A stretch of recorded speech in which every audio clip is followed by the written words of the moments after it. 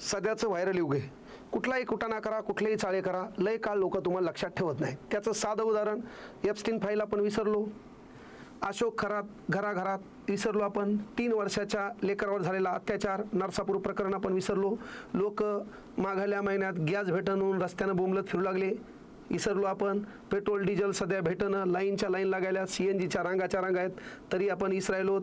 आपले साहेब आहे ना विदेशात गेलेत, ह्या बाईला मेलडी नावाची चॉकलेट चारायलेत, तेही आपण विसरणार आहोत. बेरोजगारी वाढलेली तेही आपण विसरणार आहोत. शेतकऱ्याला खत भेटणं तेही आपण विसरणार आहोत. तसं सध्या जे ट्रेंडिंग मुद्दा आहे प्रत्येक मीडियावर व्ह्यू भेटण्यासाठी, TRP वाढवण्यासाठी, तो म्हणजे नीट पेपर फुटी प्रकरण. हेही आपण विसरणार आहेत. बापूसाहेब बाहेर येणार आहेत, क्लासची जाहिरात करणार आहे, लोकांच्या क्लासचे गुणवंत विद्यार्थी आपल्या बॅनरवर चिपकवणार आहेत आणि पुन्हा तुम्हाला त्याच्या गळफासाला चिटकवणार आहेत. मोठे गावकर. पण तत्पूर्वी PV कुलकर्णी NTA पेपर सेटिंगमध्ये असणारा, त्याची सेटिंग तिथं लावणारा पण मोठे गावकरच, आणि तो पेपर फोडतो, तो मोठे गावकरपर्यंत येतो, मोठे गावकर पालकांपर्यंत देतो, विद्यार्थ्यांचं भविष्य घडवण्याच्या गप्पा हाणतो. आणि त्यामध्ये ब्युटी पार्लरची बाई, तिच्या संपर्कात शुभम खैरनार, तो देखील 5-10 हजाराला पेपर विकतो. हा पेपर तब्बल 1000 पालकापर्यंत गेलाय असं मीडिया आणि CBI सांगते. तात्पर्य, पेपर तयार होणाऱ्या यंत्रणेपासून पेपर फोडणाऱ्यापर्यंत, पेपर घेणाऱ्यापर्यंत आणि पेपर लिहिणाऱ्यापर्यंत सर्वांना शिक्षा होणं काळाची गरज आहे. विद्यार्थ्यांचं भविष्य अंधारात घालणाऱ्या, गोरगरीब लेकरांच्या स्वप्नाचा चकनाचूर करणाऱ्या ह्या दलालांना खऱ्या अर्थानं शिक्षा होणार का, हा फार मोठा प्रश्न आहे. पण होतंय काय माहिती आहे का, जेव्हा माझी वेळ वाईट आहे तेव्हा मला समाज आठवतो, तेव्हा मला देशातली प्रत्येक अस्थिरता आठवते. पण माझं चांगलं चालू आहे तेव्हा मला समाजाशी घेणं नसते, मला ना देशाशी घेणं असते. अशी एक व्यवस्था म्हणजे आपल्या देशातल्या लोकांची विचारसरणी. सांगायचं तात्पर्य, हे सर्व नमुने आहेत आणि या नमुन्यामध्ये मुख्य गोष्ट जर आपण पाहिलं, साहेब 5,000 पासून सुरू झालेला प्रवास, सायकलपासून ते 2,000 कोटीच्या मालमत्तेपर्यंत. पण माणसाला प्रसिद्धीची हवस लागली, माणसाला पैशाची हवस लागली, तर माणसाच्या डोळ्यावरली अंधाराची पट्टी कोणीही काढू शकत नाही. त्यामध्ये एवढं सर्व असताना, प्रसिद्धी असताना, त्यानंतर भाऊचा गाजलेला डायलॉग, दूर से देखा तो लगती है परी, दूर से देखा तो लगती है परी, नजदीक जाके देखा तो पावडर से भरी. ती खड्ड्यात पडली नाही तर ती पडल्यामुळं खड्डा झाला, तो कोरोनात का नाही मेला. याचे हातवारे जुनू योगासन करायला आहे, एवढी बोलण्याची पद्धत. म्हणून मोठमोठ्या इमारती, रिसेप्शन, पाणी द्यायला पोहरी, त्याच्यानंतर गोड गप्पा, मोठमोठे स्वप्न दाखवणाऱ्या है ना, भपके करणाऱ्या क्लासपासून पालकांनी सावध व्हा. इथंच आपला कार्यक्रम ठोकल्या गेलाय. पालकांना देखील विनंती आहे, आपल्या बापानं कमवलेली प्रॉपर्टी आपण ठेवली, त्याच प्रॉपर्टीच्या भरोश्यावर आपण आपल्या लेकराला शिकवतोय. ती गरिबी आपण पाहिली असताना थोडेफार पैसे देऊन अशा हरामखोर लोकांच्या नादी लागून गोरगरीब, कुठंतरी कष्टकरी, शेतकरी आहे ना, ज्याला एका टाइम जेवणाची व्यवस्था बरोबर होत नाही, त्या बापानं आपल्या लेकराबद्दल डॉक्टर होण्याचं जे स्वप्न पाहिले, त्या लेकराचं स्वप्न तुम्ही हिरावून घेत असाल तर रात्रीची झोप कधीच तुम्हाला चांगली लागणार नाही. तुमचं पोरगं डॉक्टर होईल पण कार्यक्रम तुमचा ठोकेल, तुमचं पोरगं डॉक्टर होईल तो कार्यक्रम लोकांचा ठोकेल. म्हणून कष्टानं मिळवलेली भाकरी ही कधीही लक्षात घ्या, ती खायला पण चांगली लागते, ती जगायला पण छान शिकवते आणि ती वागायला पण चांगलं ठेवते. तर मुख्य गोष्ट आहे, एवढं सर्व असताना पेपर फुटी प्रकरण, PV कुलकर्णी NTA पेपर सेटिंगमध्ये होता आणि NTA पेपर सेटिंगमध्ये असताना या बापूसाहेबानं 132 प्रश्न लक्षात ठेवले. त्याचाच आदर्श ह्या बाईनं घेतला. दोघांच्या गौऱ्या मसनात जायची वेळ आली, ह्या टायमाला हरिपाठ म्हणणे, ह्या टायमाला माळेचे मणी मोजणे. पण ह्या वयात एवढे कुटाणे सुचतात कुठून? का तर कमी वेळात पटकन श्रीमंत व्हायचे, कमी वेळात आगळं वेगळं काहीतरी कमवून दाखवायचे, कमी वेळात गडगंज प्रॉपर्टी झाली पाहिजे, असं स्वप्न पाहणाऱ्या या हरामखोरामुळं अनेक लेकरांच्या आयुष्याची धुळदाण झाली. मग 132 प्रश्न पाहिले, भाऊचा क्लास पहिले, मोठे गावकर च्या बाजूलाच, आणि म्हणून पहिल्यांदा प्रश्न याच्याकडे गेले. याच्याकडे प्रश्न गेल्यावर आता ही पुण्यात आहे, यांचं नेहमी जाणं येणं आहे. मग हे प्रश्न आता पेपर तर आपल्याकडे 132 प्रश्न आहेत, कारण एकूण पेपर 720 मार्काचा आहे. त्याच्यामध्ये 4 मार्काला महत्त्वाची गोष्ट एक प्रश्न आहे, 720 मार्काची परीक्षा आहे. आता मुख्य गोष्ट 132 तर प्रश्न आलेत, पण ऐकायचे कसे?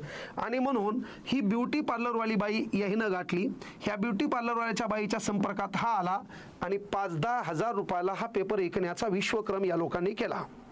सांगायचं तात्पर्य याच्यात दोषी कोण? तर पेपर घेणारा. जर एखाद्या इलिगल गोष्टी काही हरामखोर लोक करत असतील तर त्या तुमच्यापर्यंत येत असताना तुम्ही त्यावेळेस आवाज का उठवत नाही, हा फार मोठा प्रश्न आहे.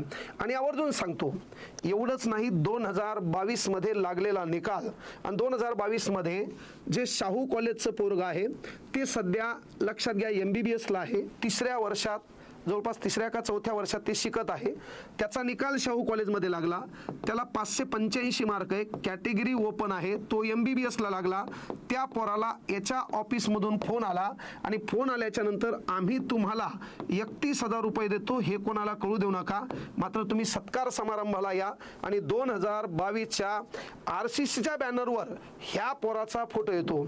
जर 585 मार्क घेऊन MBBS लागणाऱ्या पोराचा निकाल आपल्या बॅनरवर आणण्यासाठी त्याला 31,000 रुपये दिले असतील तर मला सांगा, ज्याला 600 पेक्षा अधिक मार्क आहेत त्या पोराला बॅनरवर आणण्यासाठी RCC, Renuka chemistry classes, Renukai coaching classes आहे ना, आणि सन्माननीय प्राध्यापक, मोटिवेशनल स्पीकर, हातवारे करणारे, योगासन करणारे आहे ना, शिवराज मोठेगावकर यांनी किती पैसे दिले असेल, हा फार मोठा प्रश्न आहे. म्हणून 2025 मध्ये लागणाऱ्या डॉक्टरांची देखील चौकशी व्हावी, कारण कॉप्या करून पेपर फुटून होणारा डॉक्टर आहे ना, अरे ऑपरेशन करताना कैचीच ती ह्या पोटात ठेवील, कधी तो हा कार्यक्रम कसा ठोकील सांगता येते का? विश्वास नेमका कोणावर ठेवा?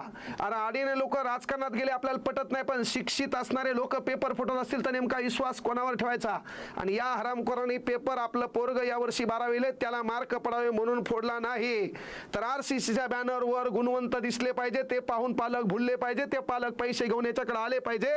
एवढं असताना या पेपरमधून इन्कम करायचं या उद्देशाने देखील पेपर फोडला नाही. त्याचं कारण RCCच्या बॅनरवर हे 600 प्लस MBBS ही आकडेवारी, हे बॅनर, हे फोटो याच्यावर गाजले पाहिजे. आणि पालकाला वाटलं पाहिजे गुणवत्ता म्हणजे RCC, निकाल म्हणजे RCC, MBBS डॉक्टर घडवणारी फॅक्टरी म्हणजे RCC. उठ बेटा, जागा हो, RCCचा धागा हो, हातवारे. पेपर फुटल्यावर याचं वक्तव्य म्हणून बोल एवढ्या लोकांपासून सावधान. जी लोक जोरात बोलतात, जी लोक रागीट असतात, ती मनानं निर्मळ असतात, संकुचित, गोल आहे ना, घुमून घुमून आहे ना थापा मारणारे लोक, हरामखोरच ते करेक्ट कार्यक्रम करतात. एवढं असताना लक्षात घ्या, निकाल इकत का घ्यावा लागतो?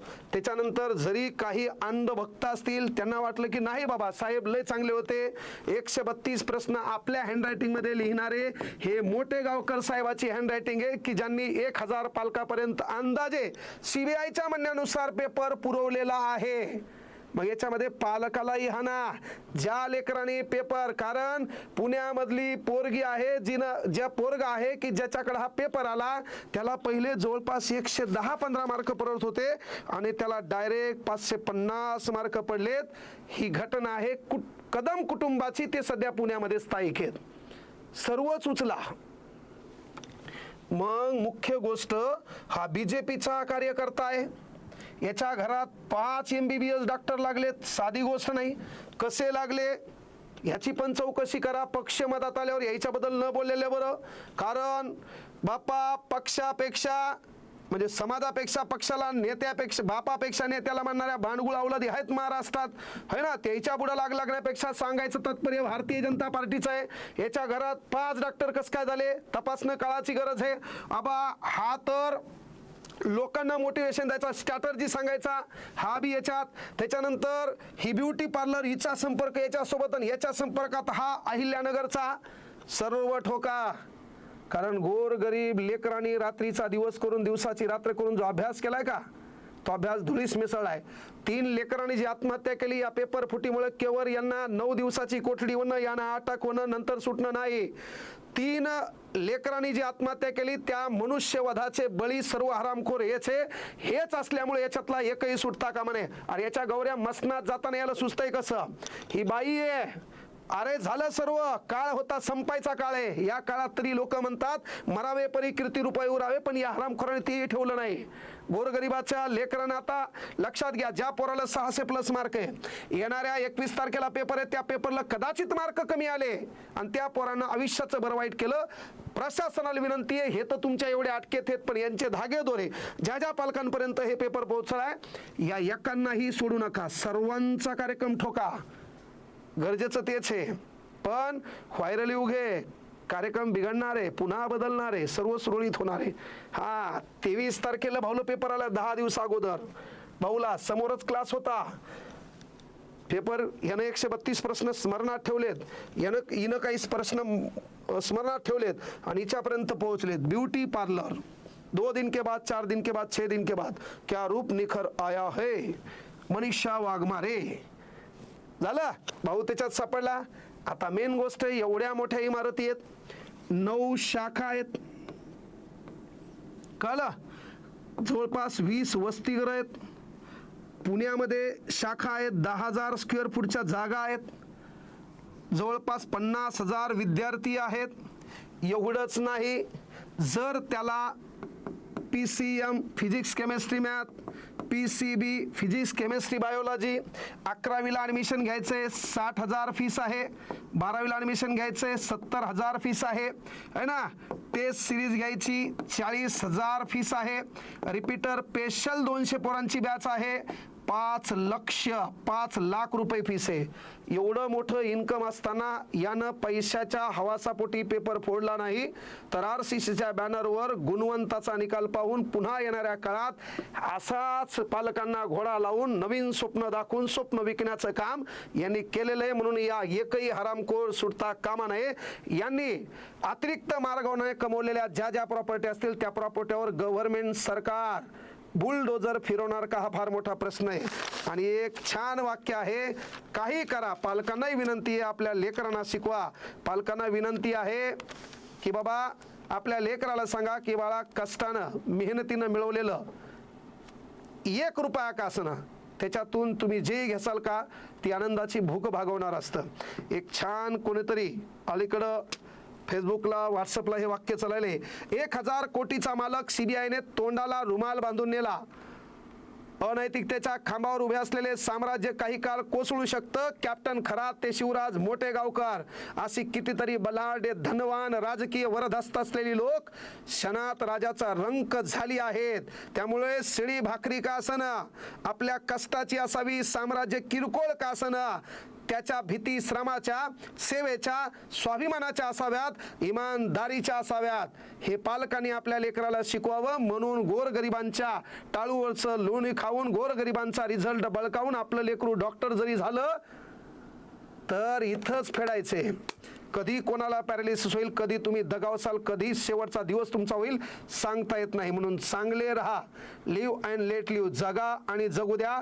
इतरांची काळजी घ्या, इतरांच्या हितासाठी काही सोचा, तुमचं हित सोचण्यासाठी वरचा बसलेला आहे.